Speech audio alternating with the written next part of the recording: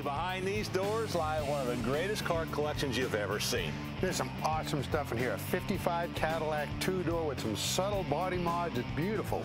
And there's one of the best and greatest road racing cars in American history.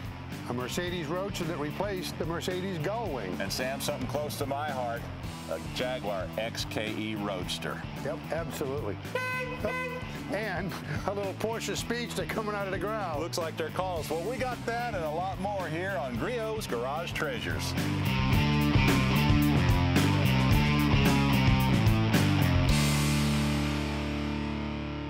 Well, what a place this is. We're here in Griot's Garage Showroom, and you can see they got a lot of stuff in here in order to preserve your car. That's right. And you know, not only do they sell a lot of fine automobile care products and so on, but these guys are car guys, and they're dedicated to helping to preserve the hobby and the whole collector car industry. Speaking of that, look up there. They even got a Porsche up there they preserve. Little Porsche But this is what's exciting is right back here. Look at this.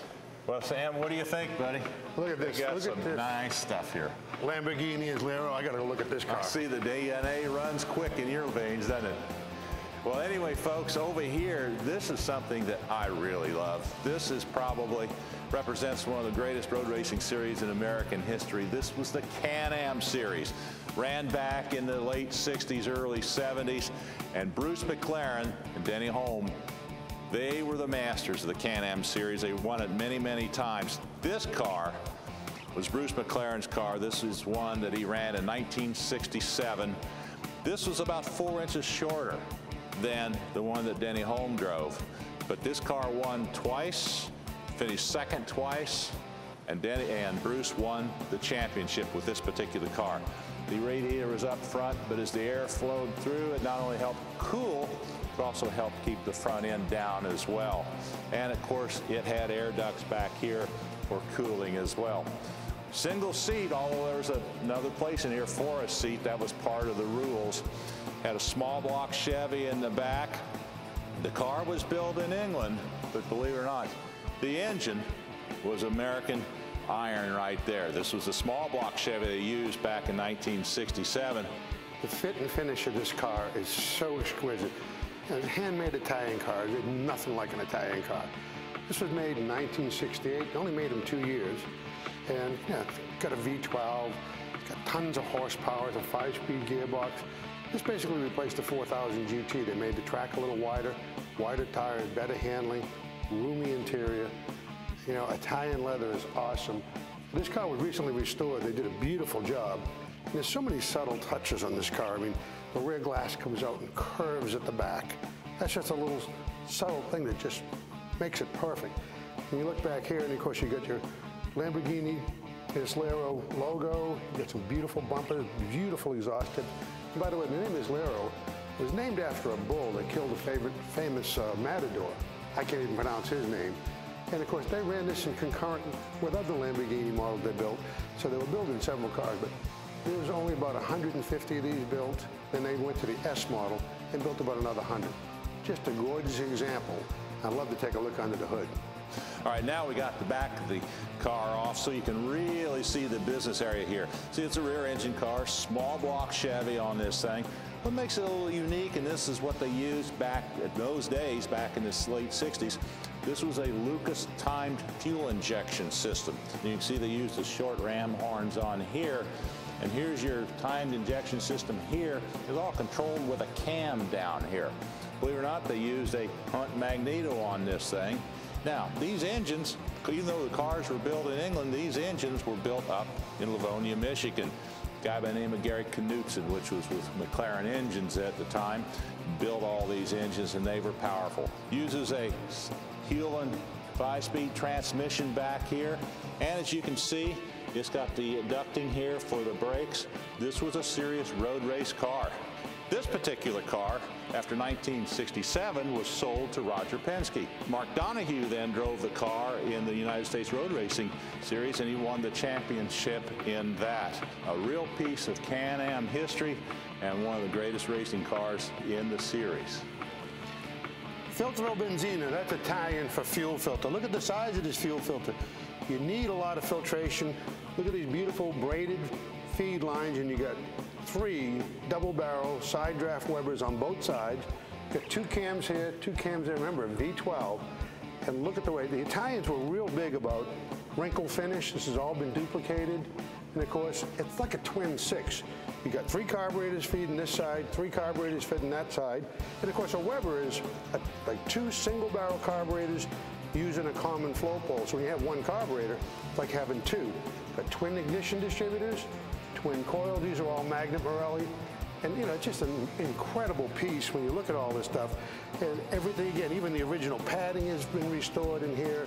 And over there you got, this used Girling brakes, by the way, which is British. And they have the reservoirs over there all chrome plated, just like they came from the factory. This car left you wanting to go faster and faster and faster. It was a great touring GT. And to me, besides being an impeccable example, got these beautiful Campanola wheels with the knockoff props on it. This is an awesome car. I'll have to figure out some way that I can get the keys and take it for a ride. Right now, we need to take a break. We've got a lot more coming here on Griot's Garage Treasures, so don't touch that dial. With more than 22 years of experience, Griot's Garage is car care for the perfectionist. Whether you're cleaning a daily driver or perfecting the paint on your dream car, Griot's Garage makes a full line of products to suit all your car care needs. From paint and upholstery to wheels and tires, leather and carpet, glass and chrome. Car care liquids made in the USA and backed by our promise. We make it, we teach it, we guarantee it. Have fun in your garage at griotsgarage.com. Griot's Garage Treasures is being brought to you by Griot's Garage, car care for the perfectionist, and by ARP, the world leader in racing fastener technology, and by Original Parts Group, world's largest source of GM A-body parts and accessories. Hey, welcome back to Griot's Garage Treasures, and here's a treasure we found. This is a LOLA. This is a little Formula sports car that they ran in Europe, made by LOLA. LOLA is a car maker that made a lot of race cars over the years, started by a fellow by the name of Eric Broadley. He made little sports cars, he made Can-Am cars, Formula One cars, even Indy cars, and they've won several Indy 500s. This one they ran in the 2-liter series over in Europe.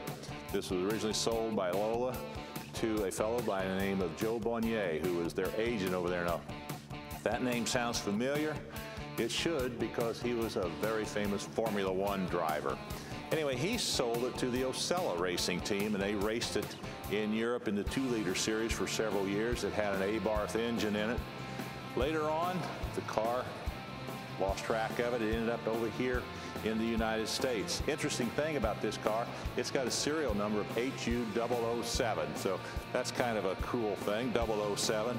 Anyway, the car now has a Cosworth BDG engine in it, produces about 300 horsepower. It's got a Lucas mechanical fuel injection system on it. And this thing will top out about 160 miles an hour. It's that far from the ground, that's got to be a real thrill. Here's a great example of a 1956 Cadillac Coupe de Ville. This is a custom Coupe de Ville. This is back in the era, you know, when chrome was king. Look at the size of this chrome. Look at these bumpers and stuff. They also had a lot of horsepower because you had to drag a lot of weight. Now, this particular car has been hot rodded. It's got a 58 Cadillac Eldorado engine with tri-power on it, 3 deuces. But a lot of subtle body modifications. The roof is down, it's been sectioned, car sits low, it's airbagged, controls the ride, but also makes it so it's adjustable so you can get over obstacles. Got beautiful wire wheels, they're gorgeous. And of course, shaved door handles. It's got a tunneled antenna, power antenna goes out of sight. But they retain some of the stuff, the character from the 50s. For example, this little guy right here. That was made by Guide, which was a division of AC Delco General Motors. It's an automatic headlight dimmer. You had your high beams on, car coming the other way. That little photo sensor, put your high beams down so you didn't blind the oncoming driver. Real popular. And again, it's a retro rod. It's got bucket seats in it. They're all leather covered. The rear seat's been reupholstered. It's got a matching leather covered steering wheel, the console, lots of billet. Car looks good, runs down the road great. And this is on loan from the LeMay America Car Museum here to Griot's. And Griot's is the supplier of all of their car care products, not only to LeMay Museum, but as well as the Peterson Museum in Los Angeles. Beautiful car, another thing I'd like to have sitting in my garage. All right, well now I've been lucky. I've been able to find the curator here at GRIOT'S Garage. Tim Willard is the fellow that does all this. He looks after these cars and does a lot of the restoration as well. Tim, this is a car I'm not that familiar with. Tell me a little bit about this. This is like a 2-liter sports racer, right? Yeah, that's right, Dave. This is a Webster 2-liter sport racer made in the early 60s by Marvin Webster. He had a shop in the Bay Area and started out building midgets and got into road racing, and this is one of the cars that he built for road racing. Okay, and I see it's got a tube chassis on this as well. Yeah, tube-frame chassis, modeled after the Lotus 23s, which were similar construction at the time. This car is using a Coventry Climax engine, 4-cylinder, dual Weber carburetors. It's got the 4 exhaust pipes, the zoomies, so it makes quite a bit of noise going around the racetrack. It may be a road race car, but there's a little bit of a hot rod in this as well, right? Oh, you're absolutely Webster right. built it? Sure. Oh, yeah. Sure. Anyway, this is a car you can have a lot of fun in it. How much horsepower did it generate you? Oh, this engine probably close to 200 horsepower, and that was quite a bit for the time. And as light a car as it is, that's enough to get you in trouble, right? It really is, Anyway, yeah. well, this is a neat little car. I'm sure that whoever drives it has a good time driving it. It's been run primarily here on the West Coast, right? That's right, yeah. The car originally ran in the USRC Road Racing Championship in the early 60s up and down the West Coast. So it's been pretty much a local car all of its life, and we're happy to have it here in the collection. And it still gets run every once in a while, right? Oh, yeah, yeah. The owner loves driving this car, one of his favorite cars. With more than 22 years of experience, GRIOT'S Garage is car care for the perfectionist. Whether you're cleaning a daily driver or perfecting the paint on your dream car, GRIOT'S Garage makes a full line of products to suit all your car care needs. From paint and upholstery to wheels and tires, leather and carpet, glass and chrome. Car care liquids made in the USA and backed by our promise. We make it, we teach it, we guarantee it. Have fun in your garage at griotsgarage.com.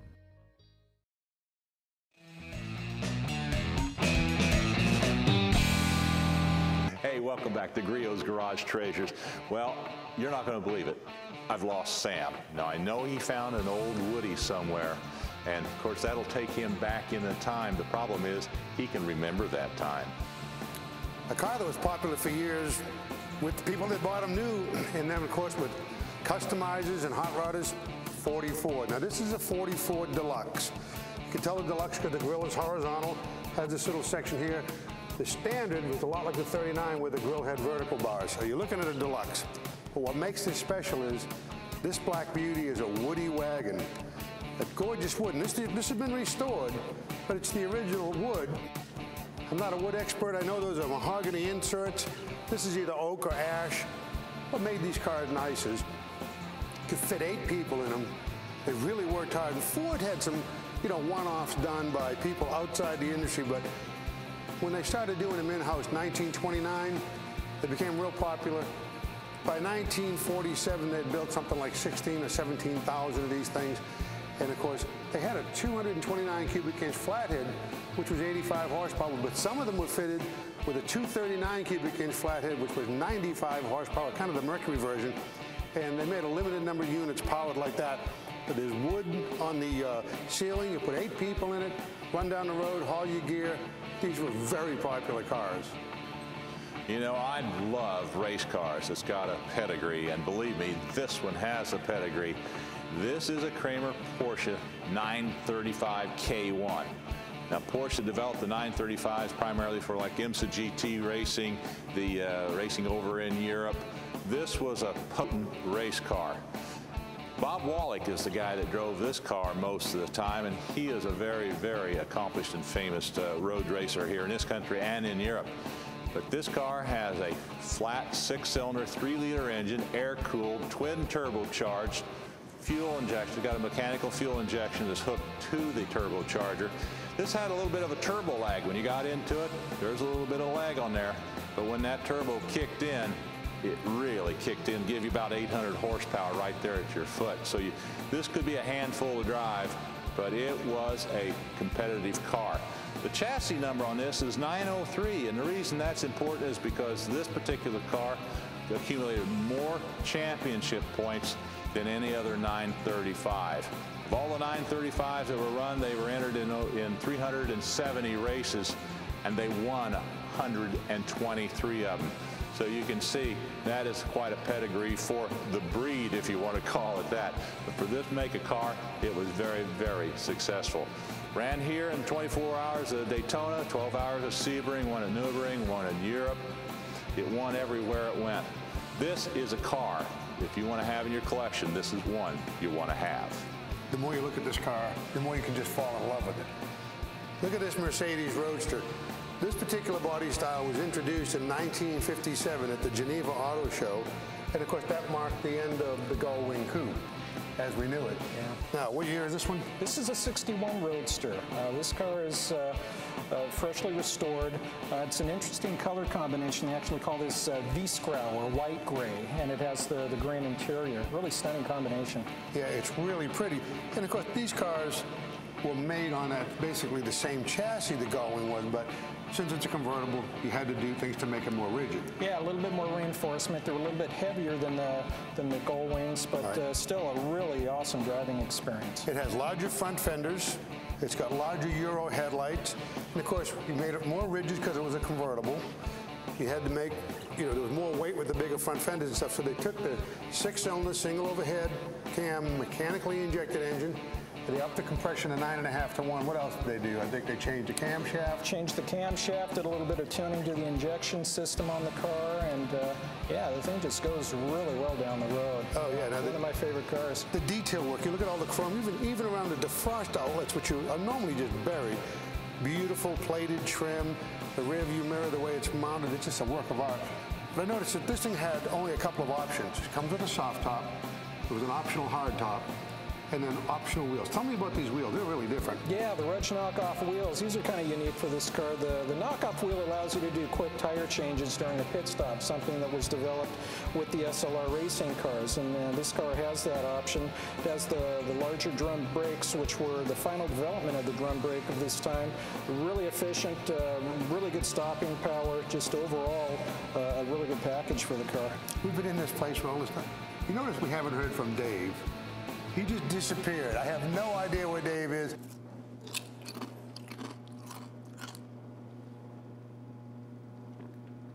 What? Oh, I know. We ran out of time. We're going to a break. Stay with us. We're going to have some more fun here at Griot's Garage Treasures. Griot's Garage Treasures is being brought to you by Griot's Garage, car care for the perfectionist. And by Low Car Performance Products, quality, plain and simple.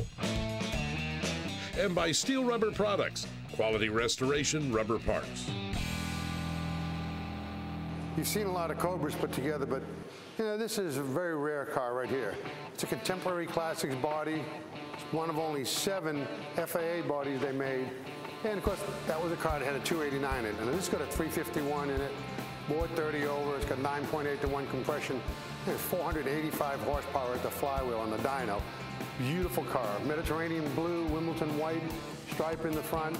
If you look inside, you got leather seats, you got a Moto Leader steering wheel, Stu Warner gauges. And this has got a Richmond gear 5-speed, so you can take all the power of that engine, transfer it to it's got a Jag independent rear with coilovers that are super adjustable springs. But the neat part is it's got these original looking 289 pin drive wheels. Really sets this thing off. So this is a 6-year restoration and build. Just a beautiful car. And the thing about a Cobra, it's sexy, it's loud, and it's fast. You can have a lot of fun in one of these cars.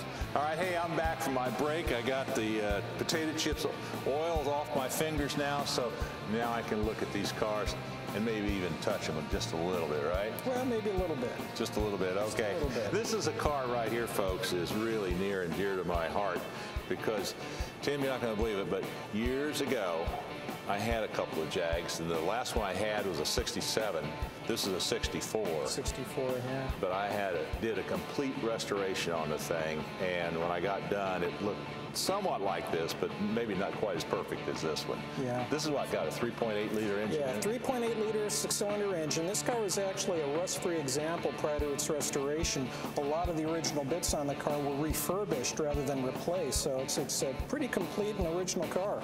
I'll tell you one thing about the lines on these XKEs back then is they had what I always looked at as the perfect style. Yeah, there's no bad angle on this car. You can view it from almost any side and it looks beautiful. And when you put black paint on it, it really better be straight. But here's the 3.8 liter engine in here. Now tell me a little bit about this. Yeah, 3.8 liter engine, dual overhead cam. This car uses the 3 SU carburetors, and the exhaust manifold on this side, original. It's been re-enameled. And interesting thing is this little device on the back of the intake cam. Yeah, that's actually a dynamo for the tachometer. There you go. Now, tell me a little bit about this head. It's gold color. What does that mean? Well, the gold is the color that was used for the 3.8 liter engines. And one other interesting fact, too, is that they stamped the engine number into the front side of the head.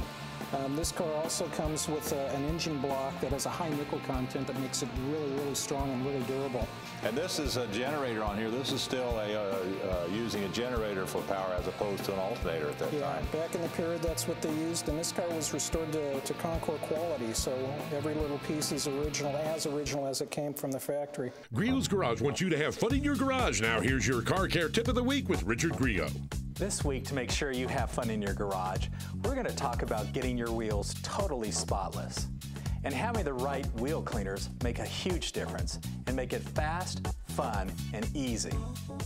Wheel Cleaner's environmentally friendly concentrated power eliminates tough scrubbing, and it's endorsed by BBS Wheels, the Tire Rack, and Dayton Wire Wheel Company. Chrome Wheel Cleaner's natural citrus oils are specially formulated to cut through brake dust and road grime. When you begin, make sure the wheel is cool to the touch. Rinse the wheel and evenly apply the cleaner. Next, agitate the cleaner with any one of our great cleaning tools. To finish up, just rinse thoroughly and dry using a soft microfiber towel. For very dirty, brake dust covered wheels, use our heavy-duty wheel cleaner. Repeat the normal wheel cleaning process. Notice how the thick solution clings to your wheel, powering through grime. Wait 3 to 5 minutes and watch how it changes color as it works before agitating and rinsing. With a cleaner for every type of wheel and an extensive line of cleaning tools, you'll experience car care perfection every time. Here's a nice Ford tractor. Now, I've got an 8N myself that I use all the time, but this is a 2N. It's a 1947. You know, how these things came about? During the war, there was price restrictions, and the forerunner of this was the 9N Ford tractor, which couldn't up the price as you made technology. So Ford changed the number, basically the same tractor, and of course, that way they were able to mess with the price. Hey, bud, this looks exactly like something you ought to have. Well, I've got one that's very close to it. Nowhere near as pretty, but it works. I thought we were talking about cars. How'd you end up with a tractor here? I come in here to steal some of your food where you were sitting down having a break. I spotted this tractor, and you know me and machinery. Well, hey, when you mentioned break, I think I'm about ready to take one. You know, folks, we've run out of time. See ya.